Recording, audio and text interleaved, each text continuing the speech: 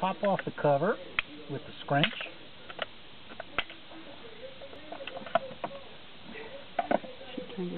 Zoom in there, you can see plenty of sawdust on the filter.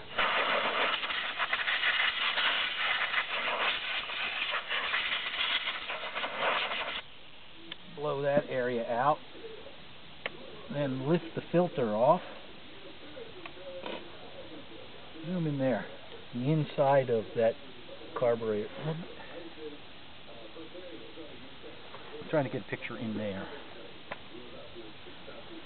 Okay. And I lay my thumb across it and blow it out.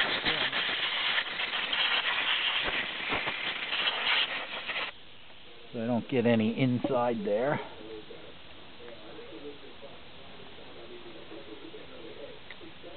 Let's put some more down there.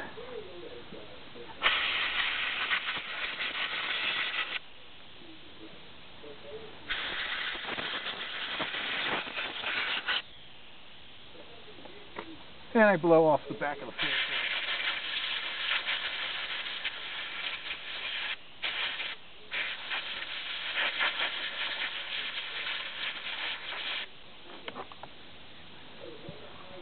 Snap it all back together.